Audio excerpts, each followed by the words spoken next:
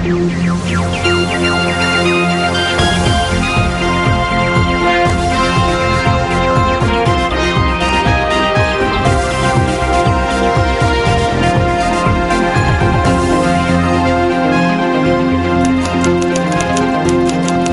First சக்தி TV பிரதான செய்திகளின் தலைப்புச் செய்திகள். வணக்கம். நியூஸ் ஃபர்ஸ்ட் பிரதான செய்திகளின் இன்றைய தலைப்புச் செய்திகள். முன்னாள் ஜனாதிபதியின் குற்றச்சாட்டுக்கு ஜனாதிபதியின் செயலாளர் பதில். ஐக்கிய நாடுகளின் மனித உரிமை பேரவையில் இலங்கை தொடர்பிலான பிரேரணையை தயாரிக்க ஒத்துழைப்பு வழங்கப்படும். பிரான்ஸ் வெளிவிவகார அமைச்சு தெரிவிப்பு. போலீஸ் தின நிகழ்வுகள் வெகு விமர்சையாக இடம்பெற்றன. நுவரெலியாவில் பல்கலைக்கழகம் ஒன்றை அமைக்குமாறு பிரஜைகள் முன்னணியின் செயலாளர் நாயகம் ஜே ஸ்ரீரங்கா விடுத்த கோரிக்கைக்கு உயர்கல்வி அமைச்சர் பதில். கிரைமியா ரஷ்யாவுடன் இணைந்ததை அடுத்து ரஷ்யா மீது பொருளாதார தடையை விதிக்க அமெரிக்கா முடிவு. இவை உட்பட மேலும் பல உள்நாட்டு வெளிநாட்டு மற்றும் விளையாட்டு செய்திகளுடன் எமது பிரதான கலையகத்தில் சந்திரிகா மற்றும் கிருஷாந்த் ராஜ். நன்றி கிருஷானோ. வணக்கம். நீங்கள் இணைந்து கொள்வது நியூஸ் ஃபர்ஸ்டின் பிரதான செய்திகளுடன். இனி விரிவான செய்திகள். ஐக்கிய நாடுகளின் மனித உரிமைகள் பேரவையில் இலங்கை தொடர்பிலான வரைவு பிரேரணைக்கு ஆதரவு தெரிவிப்பதாக பிரான்ஸ் வெளிவிவகார அமைச்சு தெரிவித்துள்ளது. தேசிய நல்லிணக்கத்தை உறுதிப்படுத்துவதற்கான தேவை தொடர்பில் இலங்கை அதிகாரிகளை நினைவூட்டுவதற்காக இந்த வரைவு பிரேரணைக்கு ஆதரவு தெரிவிப்பதாக பிரான்ஸ் வெளிவிவகார அமைச்சின் பேச்சாளரை மேற்கோள் காட்டி இலங்கைக்கான பிரான்ஸ் தூதரகத்தின் உத்தியோகபூர்வ இணையதளத்தில் வெளியிடப்பட்டுள்ள அறிக்கையில் தெரிவிக்கப்பட்டுள்ளது. தேசிய நல்லிணக்கத்தை ஏற்படுத்துவதற்கு அனைத்து சந்தர்ப்பங்களிலும் மனித உரிமைகளுக்கு மதிப்பளிக்க வேண்டும் எனவும் தவறிழைத்தவர்களுக்கு எதிராக நடவடிக்கைகள் எடுக்கப்பட வேண்டும் என்றும் அதில் சுட்டிக்காட்டப்பட்டுள்ளது. இலங்கையின் மனித உரிமைகள் நிலைமைகள் தொடர்பில் பிரான்ஸ் தொடர்ந்தும் உன்னிப்பாக கவனம் செலுத்தும் என்றும் பிரான்ஸ் வெளிவிவகார அமைச்சு வெளியிட்டுள்ள அறிக்கையில் தெரிவிக்கப்பட்டுள்ளது. இலங்கையில் மனித உரிமை மீறல்கள் மற்றும் யுத்த குற்றங்கள் தொடர்பாக ஐக்கிய நாடுகள் சபையில் விசாரணையை முன்னெடுப்பது குறித்து தமது நெருங்கிய தரப்புகள் மேற்கொள்ளும் நடவடிக்கைகளுக்கு ஆஸ்திரேலிய அரசாங்கம் சில வழிகளில் தமது எதிர்ப்பை வெளியிடுவதாக ஆஸ்திரேலிய ஊடகங்கள் செய்தி வெளியிட்டுள்ளன. குறித்த தீர்மானத்திற்கு ஆஸ்திரேலியாவின் இணை அனுசரணை கிடைக்கப்பெறவில்லை என்பதுடன் இலங்கையின் மீள் கட்டுமான மற்றும் புனர் நிர்மாண முன்னேற்றங்களை வெளிப்படுத்துவது அவசியமானது என்று அந்த நாட்டின் வெளிவிவகார அமைச்சர் ஜூலி பிஷப்பினை மேற்கோள் காட்டி தி சிட்னி மார்னிங் ஹெரல்ட் பத்திரிகை செய்தி வெளியிட்டுள்ளது. எவ்வாறாயினும் குறித்த தீர்மானத்திற்கு ஆதரவு வழங்குவதா அல்லது இல்லையா என்பது தொடர்பில் தீர்மானம் எடுப்பதற்கு முன்னர் அதன் இறுதி வரைவை காண்பது அவசியமானது என்று ஆஸ்திரேலிய வெளிவிவகார அமைச்சர் ஜூலி பிஷப் தெரிவித்துள்ளார். 2009 ஆண்டில் உள்நாட்டு சிவில் யுத்தம் நிறைவடைந்ததன் பின்னர் மீள் கட்டுமானம் மற்றும் புனர்வாழ்வு என்பவற்றில் இலங்கை முன்னேற்றம் கண்டுள்ளதுடன் அது இறுதி தீர்மான வரைவில் வெளிப்படலாம் என்று ஆஸ்திரேலிய வெளிவிவகார அமைச்சரின் மின்னஞ்சலை சுட்டிக்காட்டி தி சிட்னி மார்னிங் ஹெரல்ட் பத்திரிகை செய்தி வெளியிட்டுள்ளது. இலங்கையின் நல்லிணக்க செயற்பாடுகளுக்கு ஒத்துழைப்புகளை வழங்குவதற்காக அனைத்து தரப்புகளும் ஊக்கமளிக்கப்பட வேண்டும் என்றும் அந்த மின்னஞ்சலில் குறிப்பிடப்பட்டுள்ளது. விசாரணை ஒன்றுக்காக உத்தேசிக்கப்படுகின்ற இவ்வாறான தீர்மானங்கள் இலங்கை அரசியல் தஞ்சம் கோருபவர்களை மீண்டும் திருப்பி அனுப்பும் ஆஸ்திரேலிய கொள்கைகளுக்கு பாதிப்பை ஏற்படுத்தலாம் என்று தி சிட்னி மார்னிங் ஹெரல்ட் பத்திரிகை செய்தி வெளியிட்டுள்ளது. இலங்கையில் மதங்களுக்கிடையில் இடைவெளியை ஏற்படுத்துவதே மனித உரிமை பேரவையினால் இலங்கை தொடர்பில் சமர்ப்பிக்கப்படுகின்ற பிரேரணையின் நோக்கம் என மனித உரிமை தொடர்பான ஜனாதிபதியின் விசேட பிரதிநிதி அமைச்சர் மஹிந்த சமரசிங்க தெரிவிக்கின்றார். ஐக்கிய நாடுகளின் மனித உரிமை பேரவையில் அங்கம் வகிக்கின்ற மற்றும் கண்காணிப்பு மட்டத்தில் பங்கேற்கின்ற இஸ்லாமிய நாடுகளின் பிரதிநிதிகளுக்கு அமைச்சர் மஹிந்த சமரசிங்க ஜெனீவாவில் நேற்று தெளிவுபடுத்தியுள்ளார். இலங்கை தொடர்பான இந்த பிரேரணையில் குறிப்பிடப்பட்டுள்ள வண்ணம் இலங்கையில் இடம்பெற்றதாக கூறப்படுகின்ற சமயங்களுக்கு இடையிலான பிரச்சினை குறித்து தாம் அதிகம் கவனம் செலுத்தியுள்ளதாக அமைச்சர் மஹிந்த சமரசிங்க தெரிவித்துள்ளார். இலங்கையில் நல்லிணக்கம் மற்றும் சமாதானம் ஆகியவற்றை கட்டியெழுப்புவதற்கான தரத்தை உறுதி செய்தல், சமாதானத்தை கட்டியெழுப்புதல் ஆகியன குறித்து இலங்கையினால் எடுக்கப்பட்டுள்ள நடவடிக்கைகள் தொடர்பில் அமைச்சர் மஹிந்த சமரசிங்க இதன்போது சுட்டிக்காட்டியுள்ளார். இலங்கையில் சமய சுதந்திரத்திற்கான யாப்பின் ஊடாக பெற்றுக் கொடுக்கப்பட்டுள்ள பாதுகாப்பு தொடர்பில் அமைச்சர் இதன்போது தெளிவுபடுத்தியுள்ளார். அத்துடன் இலங்கையில் உள்ள பல்வேறு சமயங்கள், மொழிகள் மற்றும் கலாச்சாரம் ஆகியவற்றின் முன்னேற்றம் தொடர்பிலும் அவர் இங்கு கருத்து தெரிவித்துள்ளார்.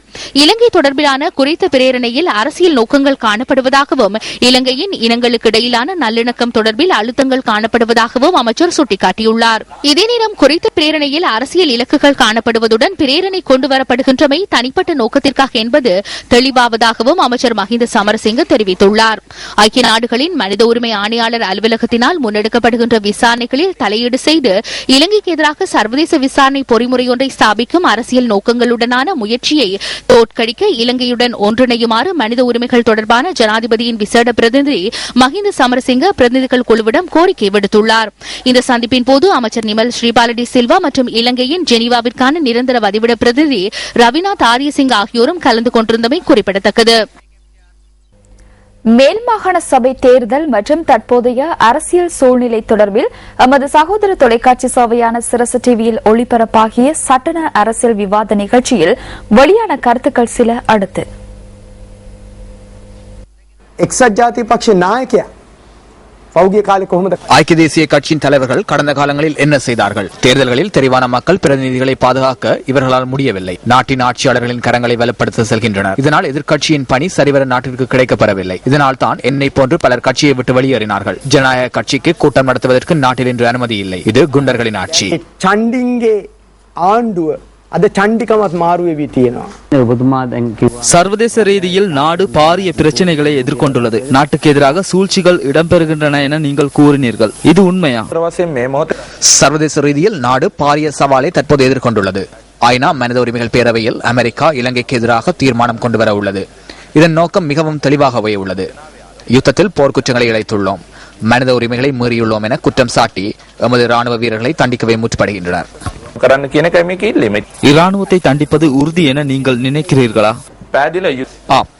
ராணுவ வீரர்களும் தலைவர்களுமே யுத்தம் செய்தனர். ஜனாதிபதியும் பாதுகாப்பு செயலாளரும் போர்க்களத்தில் இருக்கவில்லை. காணாமற் போன மலேசிய விமானத்தின் பாகங்கள் என சந்தேகிக்கப்படும் சில பொருட்கள் தொடர்பாக இந்திய பெருங்கடல் பகுதியில் ஆஸ்திரேலியா, நோர்வே மற்றும் இந்தியா தேடுதல் நடவடிக்கைகளை தொடர்ந்துள்ளன.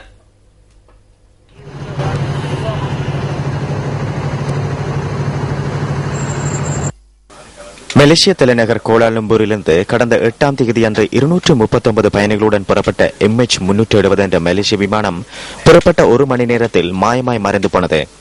பல நாடுகளும் இந்த விமானத்தை தேடும் முயற்சியில் ஈடுபட்டுள்ளன. இதுவரை எந்த தகவலும் கிடைக்காத நிலையில் 4 நாட்களுக்கு முன்னால் ஆஸ்திரேலிய நாட்டின் செயற்கைக்கோள் ஒன்றில் தென்னிந்திய பெருங்கடலில் 2 தூண்டுகள் மிதப்பதாக பதிவுகள் தோன்றியுள்ளதாக தெரிவிக்கப்பட்டுள்ளது. இந்த நிலையில் நோர்வே நாட்டு கப்பல் ஒன்றும் இந்திய பெருங்கடல் பகுதியில் தமது தேடுதல் நடவடிக்கையினை ஆரம்பித்துள்ளது. இந்த கடல் பகுதிக்குள் முதல் தடவையாக குறித்த கப்பல் வந்துள்ளதாக நோர்வே நாட்டின் கப்பல் சங்கம் தெரிவித்துள்ளது. விமானத்தின் பாகங்கள் மிதப்பதாக கருதப்படும் இடம் ஆஸ்திரேலியாவின் பெர்த் நகரத்திலிருந்து 2500 கிலோமீட்டர் தொலைவில் உள்ள உலகின் ஆழமான கடற்பகுதிகளில் ஒன்றாகும் என்று கூறப்படுகின்றது. மேலும் செயற்கைக்கோளில் தென்பட்ட இந்த 2 பாகங்களில் ஒன்று சுமார் 24 நீளத்தில் பல 1000 மீட்டர் ஆழத்தில் கிடப்பதாகவும் மற்றொரு துண்டு 5 மீட்டர் நீளத்தில் இருப்பதாகவும் குறிப்பிடப்பட்டுள்ளது. குறித்த பாகங்கள் MH370 விமானத்தின் பாகங்கள் தான் என்பது இன்னும் உறுதி செய்யப்படவில்லை. இதனிடையே இந்திய பாதுகாப்பு படை விமானங்கள் 2ம் உடைந்த பாகங்கள் கிடக்கும் பகுதிக்கு விரைந்துள்ளதாகவும் கூறப்படுகின்றது.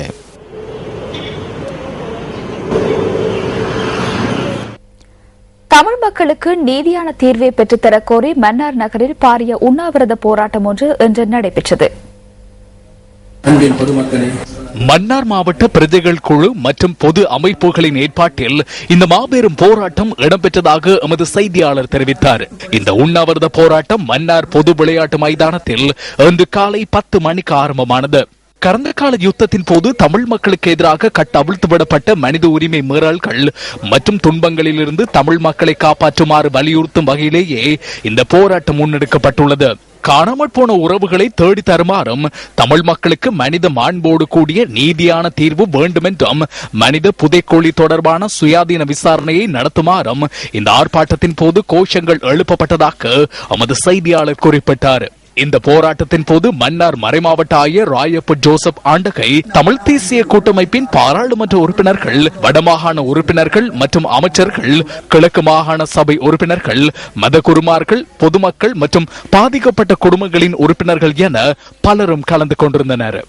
இந்த நாட்டில் எவனுக்கும் வாழ முடியாதுன்றதான் ஏற்படும். எல்லாருக்கும் இன்றைக்கு தமிழருக்கு நாளை சிங்களவருக்கும். ஆகவே இது கடவுளும் இதுக்கு பிறகு இருக்கிறார், என்னமோ நடக்கிறதுக்கு தான் பார்க்கணும். ஆகவே அதுகளை நாங்கள் அது கடவுளோட கையில் விட்டுருவோம். சர்வதேச விசாரணைக்கு நம்முடைய நாடு சம்மதிக்க வேணும். அவர்களும் கட்டாயப்பட்டு சம்மதிக்க வச்சு செய்ய வேணும். செய்து போட்டு அவர்கள் வெளிக்கொண்டு வரணும். 50 வருஷம் கூட கண்டுபிடிச்ச நேரம் முக்கால்வாசி பேர் செத்து போவாங்க. எல்லா அக்கிரமங்களும் செய்தும் செத்து போவாங்க. அப்போ யாரை தண்டிக்கிறது? மன்னிப்பு இருக்குமா? நாடு மன்னிப்பு கேட்டுருவேன்.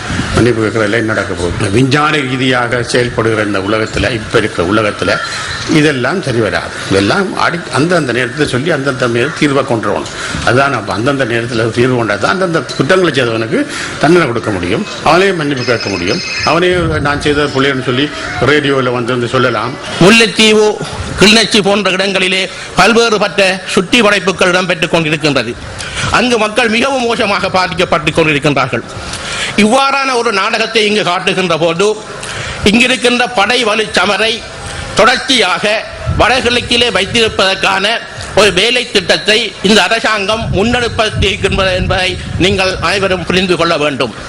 இப்பொழுது இருக்கின்ற அவலங்களை, கைதுகளை, காணாமல் போகின்ற விடயங்களை தடுத்து நிறுத்தி சர்வதேசமே எங்கள் முன் இருக்கின்ற அவலங்களை பார் என்பதற்காக இந்த போராட்டத்தை நாங்கள் இன்று நடத்தி கொண்டிருக்கின்றோம். தமிழனாக சுயநிர்ணய உரிமையுடன் வாழக்கூடிய ஒரு அரசியல் தீர்வை இந்த அரசாங்கம் முன்வைக்க வேண்டும். இதற்கு சர்வதேச சமூகம் வழிவகுக்க வேண்டும் என்பதை வலியுறுத்தியும் இந்த போராட்டத்தில் நாங்கள் இணைந்திருக்கின்றோம். அன்று தந்தை செல்வா அவர்கள் அகிம்சை ரீதியாக எடுத்த போராட்டம் இலங்கை அரசாங்கத்தை நோக்கி கேள்விகள் கேட்கப்பட்ட போராட்டம். இன்று நாங்கள் எடுக்கின்ற போராட்டம் என்பது சர்வதேச சமூகத்தை நோக்கி போராட்டம். ஆகவே இந்த போராட்டத்தின் மூலமாக ஏனும் இலங்கை அரசாங்கத்தை ஒரு வலைக்கு கொண்டு வந்து அதில் ஒரு மாற்றங்கள் வருமாக இருந்தால் அதை நாங்கள் அனைவரும் வரவேற்கக்கூடியதாக இருப்போம். யாழ்ப்பாணம் சாவகச்சேரி பிரதேச சபைக்குட்பட்ட கோயிற்குடியிருப்பு உதயசூரியன் பகுதி மக்கள் இன்று கவன ஈர்ப்பு ஆர்ப்பாட்டம் ஒன்றை முன்னெடுத்துள்ளனர். இந்த பகுதி மக்கள் தாம் தற்போது குடியிருக்கின்ற பகுதிகள் தமக்கு நிரந்தரமாக வழங்கப்பட வேண்டும் என வலியுறுத்தி இந்த ஆர்ப்பாட்டத்தை முன்னெடுத்துள்ளனர். இந்த ஆர்ப்பாட்டம் சாவகச்சேரி பிரதேச சபை செயலகத்துக்கு முன்பாக நடைபெற்றதாக எமது செய்தியாளர் குறிப்பிட்டார். ஆர்ப்பாட்டத்தில் ஈடுபட்டவர்கள் பல்வேறு கோரிக்கைகள் அடங்கிய பதாகைகளை ஏந்தியவாறு இந்த ஆர்ப்பாட்டத்தை முன்னெடுத்துள்ளனர். இன்று இடம்பெற்ற ஆர்ப்பாட்டத்தில் நூற்றுக்கணக்கானவர்கள் கலந்து கொண்டிருந்ததாக எமது செய்தியாளர் குறிப்பிட்டார்.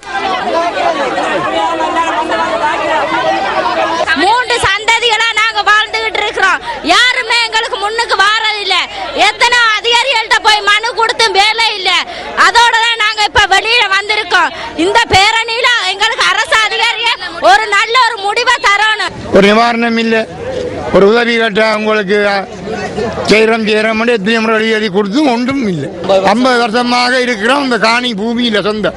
இன்னைக்கு ஒரு அரை ஏக்கர் காணி கொடுத்து இல்லை, ஒரு அரைப்பரப்பு காணி கொடுத்து தான் இருக்கிற முடியும். இந்த ஆர்ப்பாட்டத்தில் கலந்து கொண்டவர்களுடன் பிரதேச சபை செயலாளர் திருமதி சாந்தசீலன் கலந்துரையாடியுள்ளார். இந்த பிரச்சினை குறித்து தான் உரிய அதிகாரிகளின் கவனத்துக்கு கொண்டு வருவதாகவும் அவர் குறிப்பிட்டுள்ளார். கடற்கரை பகுதியில் குடியிருக்கிறது சொன்னால் கடற்கரை பாதுகாப்பு திணைக்களத்துக்கு அனுமதி பெறணும். கடற்கரைக்குள்ள இருக்கிறதுக்கு அனுமதி பெற்றிருக்கிறீங்களா?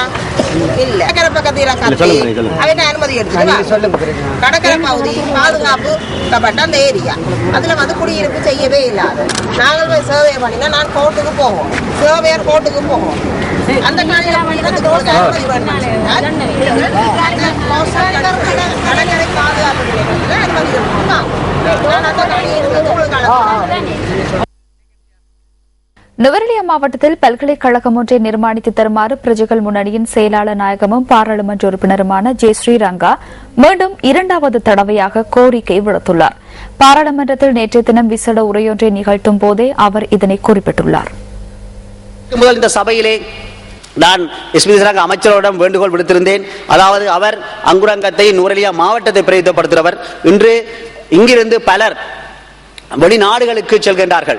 வெளிநாடுகளுக்கு சென்றுதான் தமது உயர் கல்விகளை மேற்கொண்ட நிலைமை இருக்கின்ற எல்லாருக்கும் பல்கலைக்கழகம் செல்ல முடியாத நிலைமை இருக்கிறது. இன்று நாங்கள் நுவரெலியா மாவட்டத்தை எடுத்தோம் என்றால் மெடிசினுக்கு 26 பேரும் என்ஜினியருக்கு 21 பேருமாகத்தான் இன்று என்ற பண்ணி கொண்டிருக்கிறார்கள்.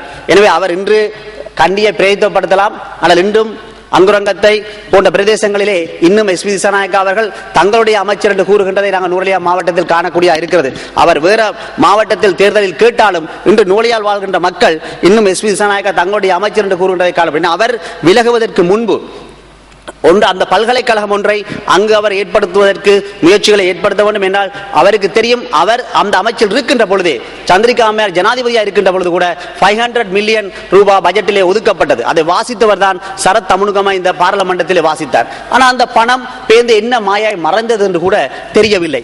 அந்த மாவட்டத்திலிருந்து இன்றும் அந்த மக்கள் இயங்கிக் கொண்டிருக்கின்ற பொழுது இன்று வெளிநாடுகளில் செல்கின்ற பல மாணவர்களை கூட இந்த பல்கலைக்கழகத்தில் கொண்டு வர முடியும். நீங்கள் உண்மையில் தனியார் பல்கலைக்கழகத்தை உருவாக்குவதாக இருந்தால் அந்த தனியார் பல்கலைக்கழகத்தில் 50% லோக்கல் ஸ்டூடெண்ட்ஸுக்கும் 50% ஃபாரின் ஸ்டூடெண்ட்ஸுக்கும் என்று கொடுத்து அதனூடாக கூட நீங்கள் இந்த சபையில் கொண்டு நீங்கள் ஏற்ற முடியும். அதை கூட நாங்கள் நிச்சயமாக உங்களுக்கு ஆதரவளிப்போம். பிரஜைகள் முன்னணியின் செயலாளர் நாயகமும் பாராளுமன்ற உறுப்பினருமான ஜெய ஸ்ரீரங்கா பாராளுமன்றத்தில் 2வது தடவையாகவும் விடுத்த கோரிக்கையை ஏற்றுக்கொண்ட உயர்கல்வி அமைச்சர் விரைவில் அதற்கான தீர்வை பெற்றுத் தருவதாக பதிலளித்தார். மதிப்புக்குரிய பாராளுமன்ற உறுப்பினர் ரங்கா அவர்களே, இந்த விடயம் குறித்து ஜனாதிபதி கவனம் செலுத்தியுள்ளார்.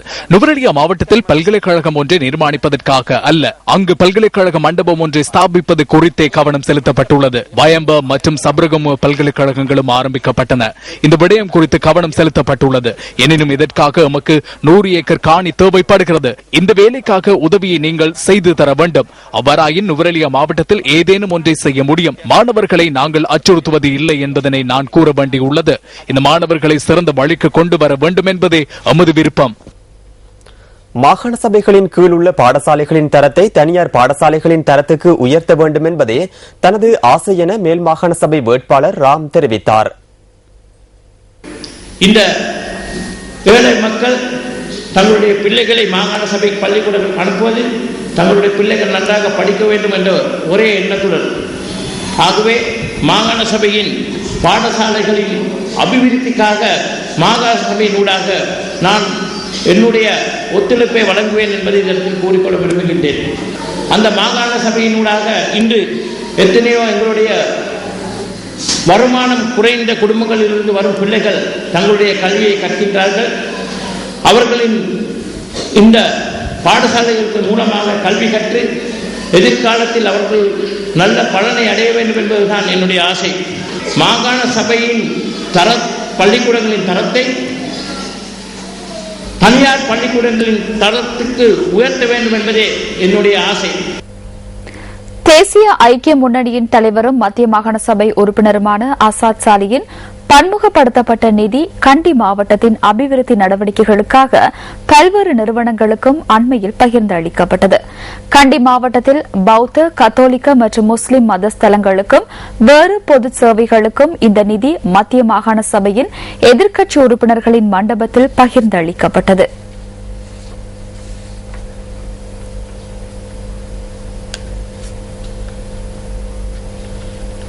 காணாமற் போனவர்கள் தொடர்பான முறைப்பாடுகளை விசாரணை செய்யும் ஜனாதிபதி ஆணைக்குழு கிழக்கு மாகாணத்தில் 2வது அமர்வில் சாட்சியங்களை இன்று பதிவு செய்தது. மட்டக்களப்பு கிரான் ரெஜி கலாசார மண்டபத்தில் இன்று சாட்சியங்கள் ஜனாதிபதி ஆணைக்குழுவால் பதிவு செய்யப்பட்டது. ஆணைக்குழுவின் தலைவர் மெக்ஸ்வெல் பராக்கிரம பரணகமகே, பிரியந்தி சுரஞ்சனா வித்யாரத்ன மற்றும் மனோ ராமநாதன் ஆகியோரின் முன்னிலையில் காணாமல் போனவர்களின் உறவினர்கள் சாட்சியம் அளித்தனர். வாகரை மற்றும் கிரான் பிரதேச செயலகத்துக்கு உட்பட்ட 55 பேருக்கு இன்று சாட்சியம் அளிப்பதற்காக கடிதம் மூலம் அறிவிக்கப்பட்டிருந்தது. கடத்தல் மற்றும் தடுத்து வைத்தல் உட்பட பாதுகாப்பு தரப்புகளால் அழைத்துச் செல்லப்பட்டு பின்னர் காணாமல் போனவர்கள் தொடர்பில் உறவினர்கள் இதன்போது சாட்சியம் அளித்திருந்ததுடன் விடுதலை புலிகளால் அழைத்துச் செல்லப்பட்டு பின்னர் காணாமல் போனவர்கள் தொடர்பிலும் பாதிக்கப்பட்ட குடும்பத்தினர் சாட்சியம் அளித்திருந்தனர். வருமானப்புடிக்கு 90ஆம் ஆண்டு 8ஆம் மாதம் 21ஆம் தேதி செவ்வாய்க்கிழமை 5 மணிக்கு ரவுண்ட் அப் பண்ணி ஆமியாக்கள் பிடிச்ச 32 பேரோட இதளவிலையும் இன்னும் ஒன்றும் தெரியல. பிடிக்கும் தெரியுங்களா மக்கள்? ராணுவம் சுத்தி வளர்ச்சி வந்து எங்கட மகனை 35 பிள்ளைகளை பிடிச்சவங்க விசாரணை கொண்டு போறோம்ட்டு இப்படி போலியில கொண்டு போனாங்க. கொண்டு போக நாங்க பின்னால ஓடி போனோம். ஓடி போக தினத்தி வந்து அடிச்சாங்க. எங்களுக்கு 22 வயது 90ஆம் ஆண்டு 8ஆம் மாதம் 21ஆம் தேதி செவ்வாய்க்கிழமை ஒரு பிடிபட்ட 96ஆம் ஆண்டு மகன் சிவானந்தாவில் படித்துக்கொண்டு ஓய்வு எழுதி போட்டு லீவில் வந்து நின்றவன். அப்பொழுது எல்லா இயக்கம் உண்டாயிருக்கக்குள்ள வந்து இரவில் வந்து பிடிச்சிட்டு போனாங்க. இன்னும் இடம் ஒன்றும் இல்லை இருக்கிறான்னு சொல்லி பயத்தில் முல்லைத்தீவு கண்டு தொழிலுக்கு போனது. அங்கே வச்சு ஆறு பிடித்தது தெரியாது ஒரு மகனை. அதுவும் அந்த இங்கே இவங்க பிடிக்கிறாங்கன்னு சொல்லி அங்கே போனால் அங்கேயும் இல்லை. அந்த மகன் அங்கே வச்சு பிடிச்சிட்டாங்க. ஆறு பிடிச்சன்னு தெரியாது. 150வது போலீஸ் வீரர்கள் தினம் திபிரிகசியாய போலீஸ் தலைமையகத்தில் இன்று நடைபெற்றது. போலீஸ் மாதிபர் NK இளங்ககோன் தலைமையில் இந்த நிகழ்வு நடைபெற்றது. 3107 போலீசாரை நினைவுகூரும் வகையில் நடைபெற்ற இந்த வைபவத்தில் நாட்டிற்காக உயிர் தியாகம் செய்தவர்களுக்கு 2 நிமிட மௌன அஞ்சலி செலுத்தப்பட்டது.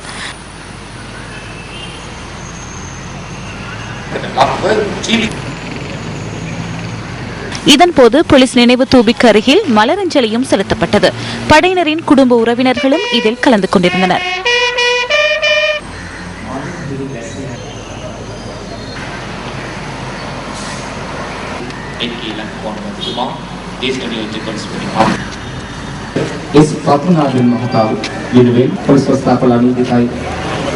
அத்துடன் இலங்கை ஆயுர்வேத வைத்தியசாலையின் ஊடாக நிர்மாணிக்கப்பட்ட ஆயுர்வேத மத்திய நிலையமும் போலீஸ் மாதிபர் NK இளங்ககோனினால் திறந்து வைக்கப்பட்டது.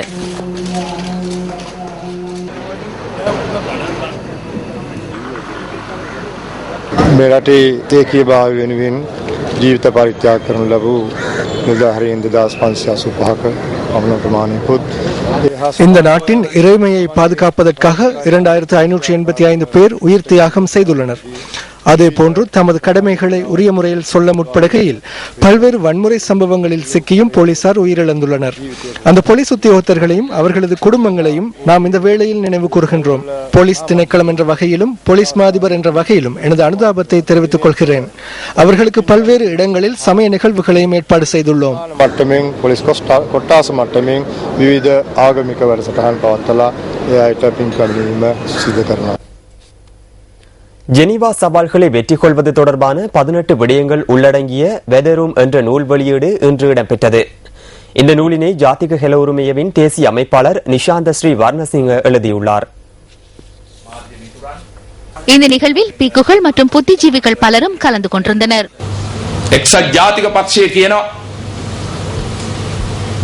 ஜெனீவாவில் இவ்வாறு பிரச்சனைகள் பேசப்பட்டாலும் அது நாட்டிற்கு ஆபத்தை ஏற்படுத்தாது என ஐக்கிய தேசிய கட்சி கூறுகிறது. நாட்டின் முன்னுள்ள இந்த ஆபத்தினையும் சவாலினையும் குறைத்து காட்டுவதற்கே முற்படுகின்றனர். ஐக்கிய தேசிய கட்சியின் இவ்வாறான செயற்பாடுகள் தொடர்பில் நாம் கவலை அடைகின்றோம். தேசப்பற்றுள்ள எதிர்க்கட்சி ஒன்று இருந்ததில்லை. நாட்டை நேசிக்கும் எதிர்க்கட்சி ஒன்று இல்லை. சர்வதேச ரீதியில் ரணில் விக்ரமசிங்கவிற்கு பாரிய வரவேற்பு உள்ளதாக கூறுகின்றனர். அவ்வாறானால் அவருக்கு ஏன் ஜெனீவாவிற்கு சென்று பேச முடியாது? அவர் அவ்வாறு செய்ய மாட்டார். யுத்தம் இடம்பெற்ற காலப்பகுதியிலும் அவர் ராணுவத்திற்கான கடமைகளை செய்யவில்லை.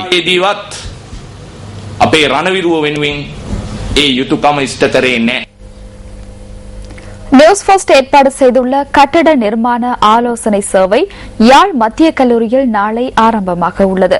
இந்த ஆலோசனை சேவை தொடர்பில் யாழ் மக்களை தெளிவூட்டுவதற்காக முன்னெடுக்கப்பட்ட நடவடிக்கைகள் தற்போது நிறைவை எட்டியுள்ளன. நியூஸ் ஃபர்ஸ்ட் மற்றும் எஸ்லோன் கட்டட நிர்மாண ஆலோசனை சேவையை முன்னிட்டு 15 வயதிற்குட்பட்ட பாடசாலை மாணவர்களுக்கான ஓவிய போட்டியும் யாழ் மத்திய கல்லூரியில் எதிர்வரும் 2 தினங்களுக்கு நடத்தப்பட உள்ளது. இந்த போட்டிகள் நாளை காலை 8 மணிக்கு ஆரம்பமாக உள்ளன. நியூஸ் ஃபர்ஸ்டும் எஸ்லோனும் இணைந்து கட்டட நிர்மாண ஆலோசனை வழங்க இம்முறை யாழ்ப்பாண நகரத்தை நாங்கள் தேர்ந்தெடுத்துக்கின்றோம். யாழ்ப்பாண மக்களின் தாழ்மையோடும் மிக ஆதரவோடும் நான் கேட்டுக்கொள்கின்றேன். இந்த முக்கியமான சந்தர்ப்பத்தை பயன்படுத்தி உங்கள் தேவைகளை பூர்த்தி செல்லுமாறு கேட்டுக்கொள்கிறேன்.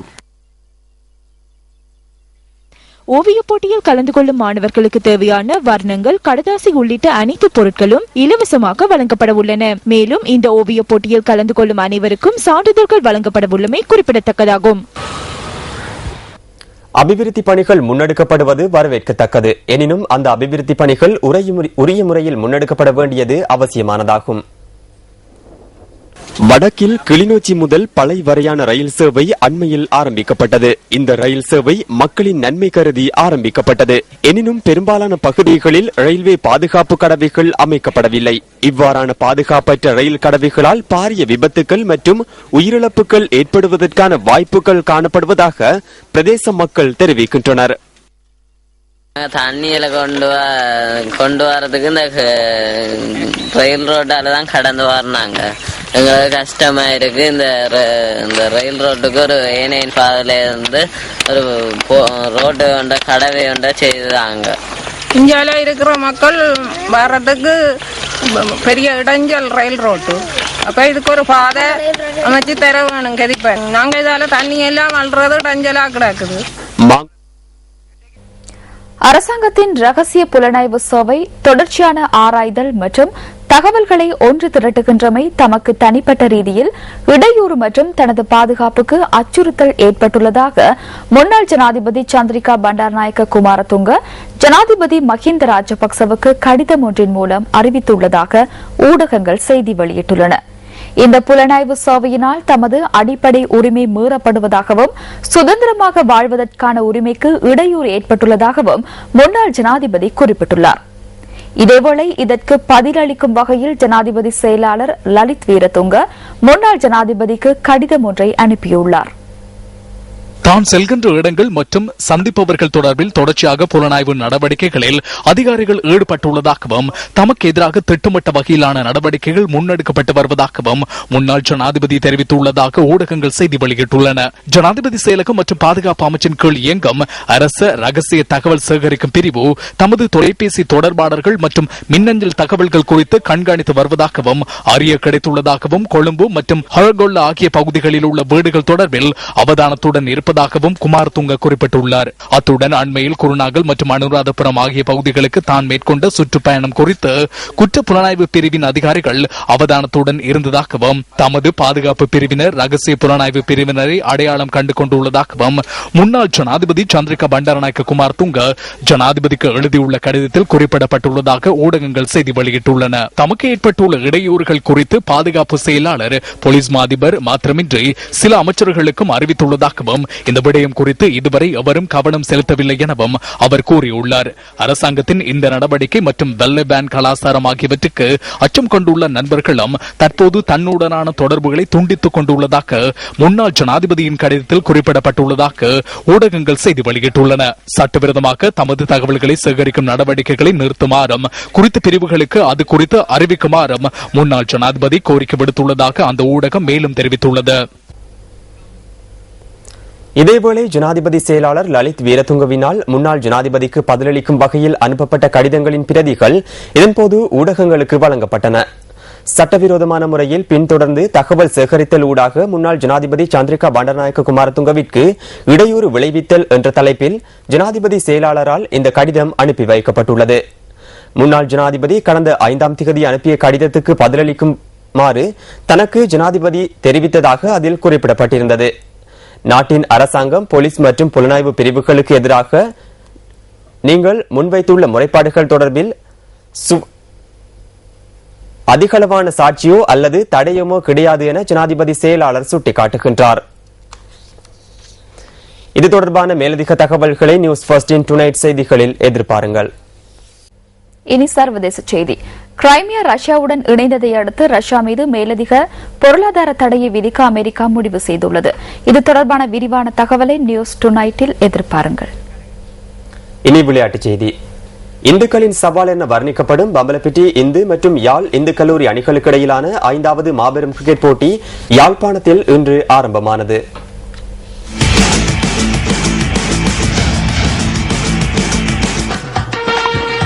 யாழ் இந்து கல்லூரி மைதானத்தில் நடைபெறும் இந்த போட்டியில் முதலில் துடுப்படுத்தாடிய பம்பலப்பிட்டி இந்து கல்லூரி அணி 200 ஓட்டங்களை குவித்தது. ஏ யசோதரன் 60 ஓட்டங்களையும் என் கிருஷாந்த் 42 ஓட்டங்களையும் அதிகபட்சமாக பெற்றனர்.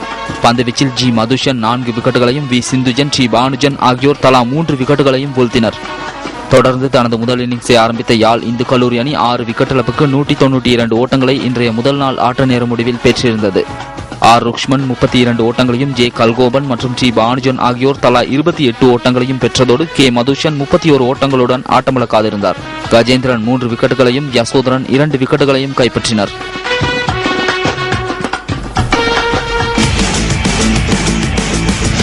இத்துடன் நியூஸ் ஃபர்ஸ்டின் 8 மணி பிரதான செய்தி நிறைவுக்கு வருகின்றது.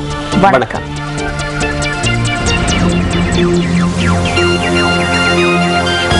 Hotline 0114-896-896 www.newsfirst.lk. Feedback at newsfirst.lk.